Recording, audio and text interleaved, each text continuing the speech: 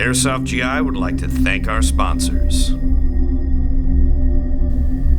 Hey, what's up, GI TV? I'm Daniel. I work at the walk-in store, and I'm very excited to be here today because we are doing a review of the Magpul PTS PDR. I am so stoked. I have been waiting for this gun for over a year, and I'm so excited to have it in my hands. So first of all, a little history about the gun. Magpul Industries designed this gun back in 2006, and when they were creating the gun, the idea that they had in mind was to fill this unique gap between a rifle and a pistol. And they wanted it specifically for tank drivers and pilots and servicemen and women that may not be in the combat role but want something a little bit more powerful than just a standard pistol M9 or something like that. The real gun never went into full production, but luckily Magpul PTS actually picked up the project and made the Airsoft gun. So a few years later, we have this beautiful baby. So for Airsoft, this is a very unique looking gun. One of the main reasons for that is it utilizes the bullpup style design. What that means is we have the pistol grip and the trigger mechanism up in the front of the gun, but we actually have the magazine located in the rear. That means that the inner barrel actually starts way back there, way back over here, and goes for most of the length of the gun. That keeps the gun very compact, very small and mobile, but you still have a good amount of range and accuracy. The inner barrel length is actually going to be very similar to a CQB M4, but is dramatically smaller than a CQB M4. Now there's other airsoft guns on the market that are definitely similar in size. The P90, for example, was one of my first guns, and I picked it up because of the very similar features. But one of the major advantages that the PDR has is STANAG mags. This utilizes normal M4 magazines, which is a great improvement over the P90. I love my P90 to death, but one of the problems was those big bulky magazines that you had to load from the top. Now, if you have a lot of M4 magazines, you can pick this guy up and you're going to be good to go. Just a heads up, guys, we have been using this gun for a little while, and not all M4 magazines are compatible. I know P mags are good to go and G&G mags are good to go as well, but just to give you guys a quick heads up on that.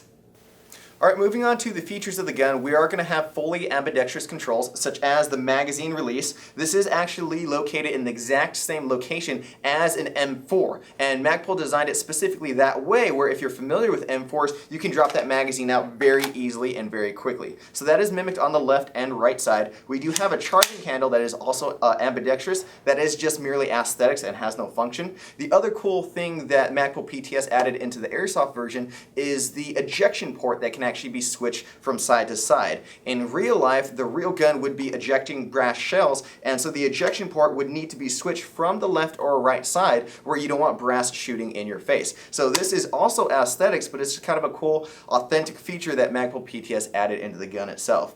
The other cool feature that the Airsoft version does have, at the bottom of the gun itself, it does have a spring release button. When you press that, that is going to release the tension on the spring on the inside, keeping your gun as healthy as possible.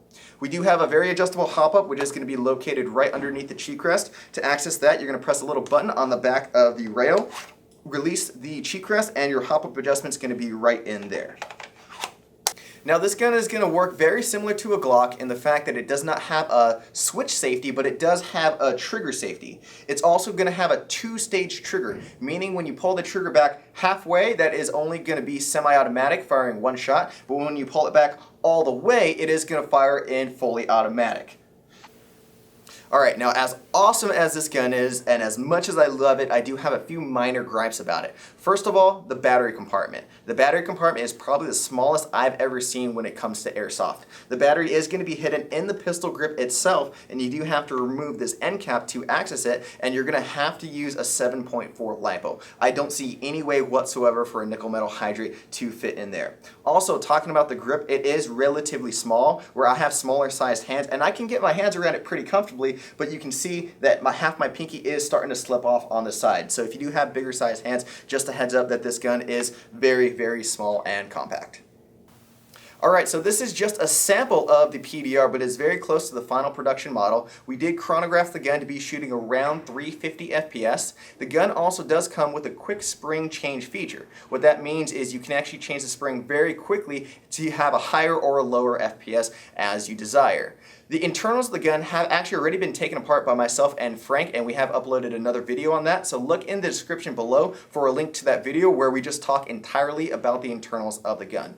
This gun is ready for pre-order on our website at airsoftgi.com for $380. I know I am personally going to pick up one of these as soon as I can, and I cannot wait. So this has been the review of the Magpul PTS PDR. I'm Daniel. This is GITV.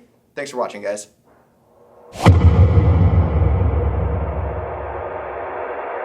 Airsoft GI would like to thank our sponsors.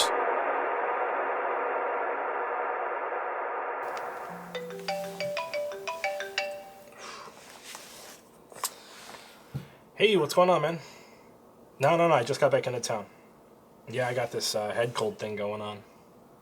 Oh, no, yeah, I got it right here. Hang on. Okay, so yeah, run over the deal with me again really quick. Okay. Yeah, that makes sense. Okay, so basically I buy a CQR Mod 1 and I get a gun bag for around $13 or so. Okay. I don't know, I feel like I could spend $13 a ton of different ways.